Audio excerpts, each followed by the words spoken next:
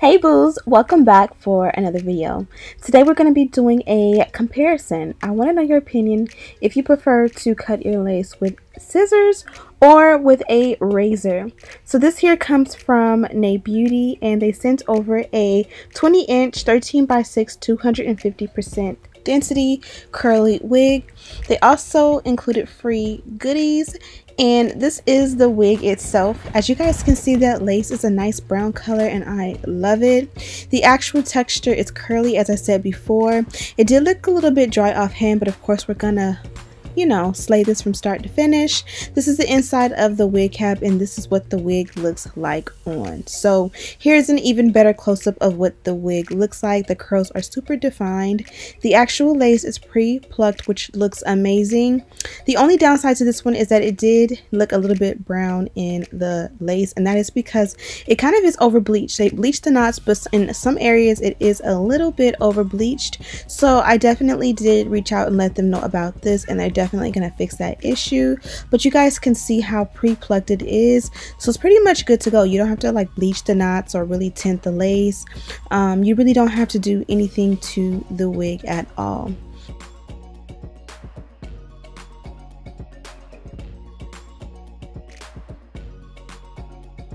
So I did go ahead and wet the wig around the crown, and this is going to give you guys a better look at what the hairline looks like, and it's also going to help you guys to see, the lace as I go ahead and compare the two.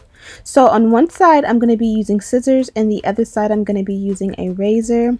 Scissors has always been the way that I've done it. I've learned in recent months or years how to do it with the razor, and I did feel like it was a little bit harder to learn. So on the right side we're going to use scissors. These are hair shears meant to work with hairstyles, opposed to like some kitchen scissors or like arts and crafts scissors. I am looking down and I am looking at my mirror, and you guys can see I'm kind of showing you the motion. I'm going to be like wiggling the scissors to try to get a more natural effect, literally by kind of making it almost zigzag. I find it harder with scissors to really make a zigzag motion. Even if you try, you kind of want it to be a little bit jagged just so that it's not like a straight line across, and that's pretty much what I was attempting to do. And you guys can see I also use the scissors to go behind the ear because the lace, like most, does fit a little bit long around the ears, and this is pretty much normal because some people's heads are bigger and some people's heads are smaller. So if your head is like wider or bigger than mine, you would fit your head more perfect. And I did opt to cut off the extra sideburn area for preference. Now we're going to do the opposite side and we're going to use the razor. Now these you can find in your beauty supply store. I believe you can find them in some drugstores as well. Sometimes they look a little bit different, but they usually are like where you find stuff to like tweeze and pluck. And they're pretty much marketed as like eyebrow razors. The razors used like to clean up your eyebrows. I like using them for the lace, and as you guys can see how pay attention to the angles I use to cut, and I don't know if you guys can tell, but it's much more of a seamless look already than the opposite side.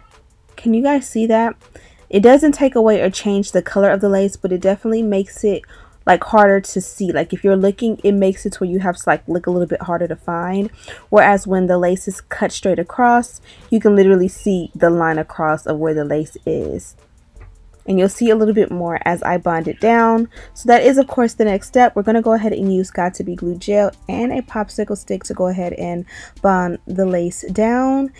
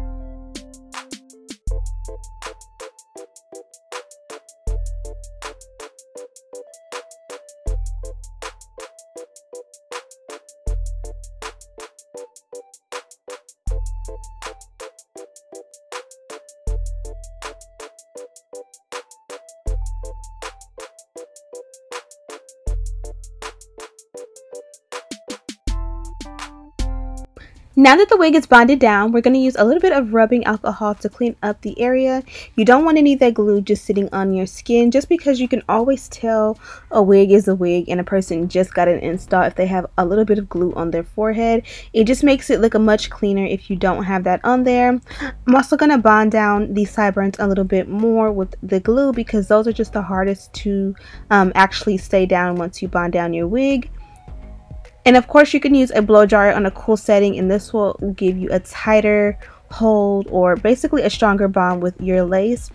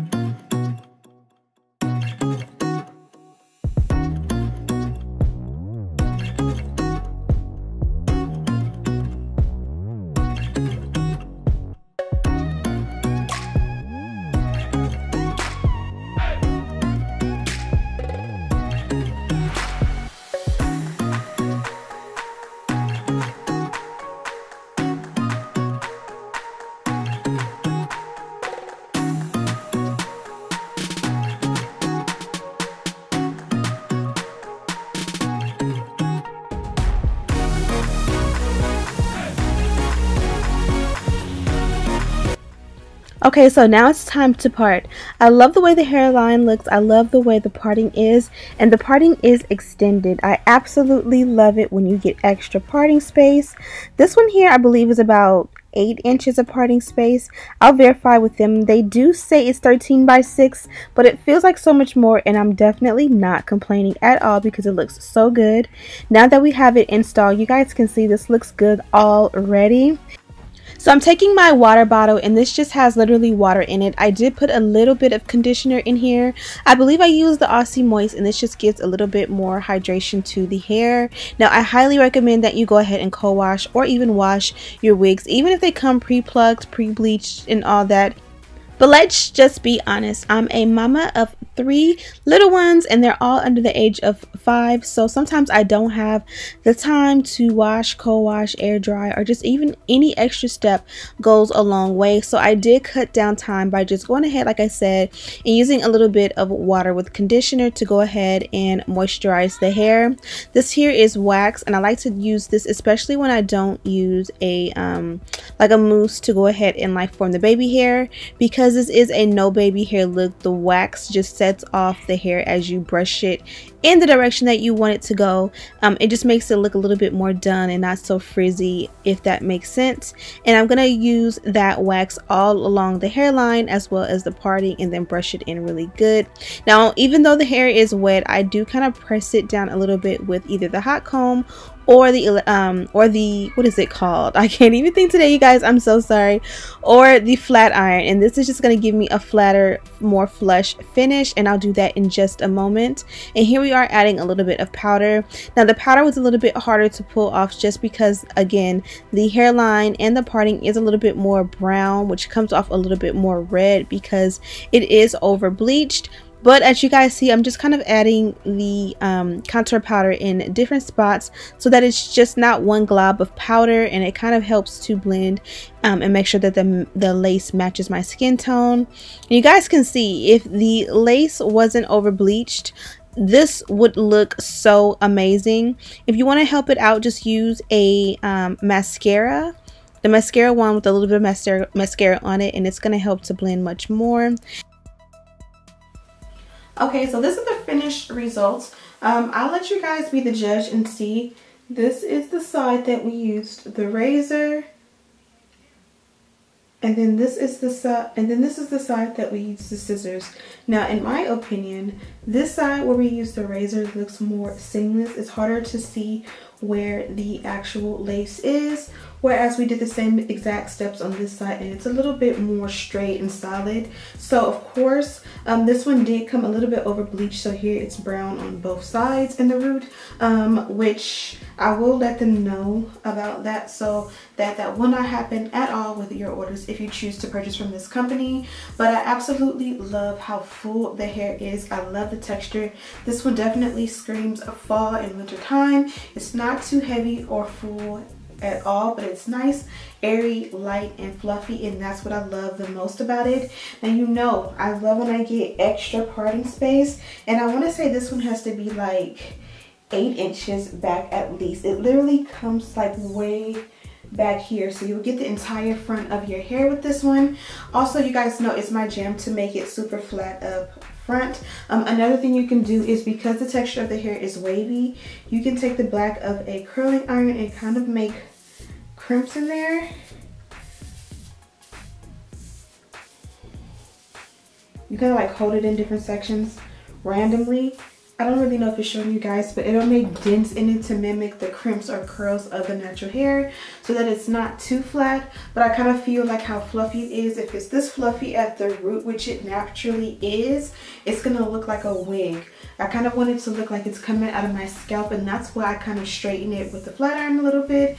Nonetheless, it's all about preference. I did opt for no baby hair this time because I kind of wanted to show off our work, since we are doing a comparison of whether it's better to use the scissors or whether it is better to use the razor.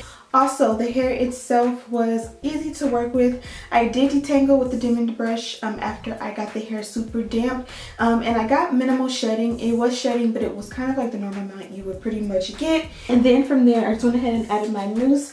This is the one I used, and of course I'll have it linked down below, as well as everything I used for this video in my Amazon store. I also have like the razors that I use. I get those in a bulk pack. I think it comes with like 20 or something like that. So I'll have those down below, as well as the scissors I love to use. There's a specific pair that I get from Amazon, and I think they're around $6. So I'll have all that in the description bar for you guys to check out. The powder definitely helped to make everything blend with my complexion as always. And you guys can kind of see what the hair looks like from the side as well as the back. Super nice and full. Let me know what you guys think of this one. Thank you guys so much for watching. Don't forget to subscribe, share this video with your friends, and don't forget to turn on your post notifications. And as always, I'll see you in the next one. Smooches!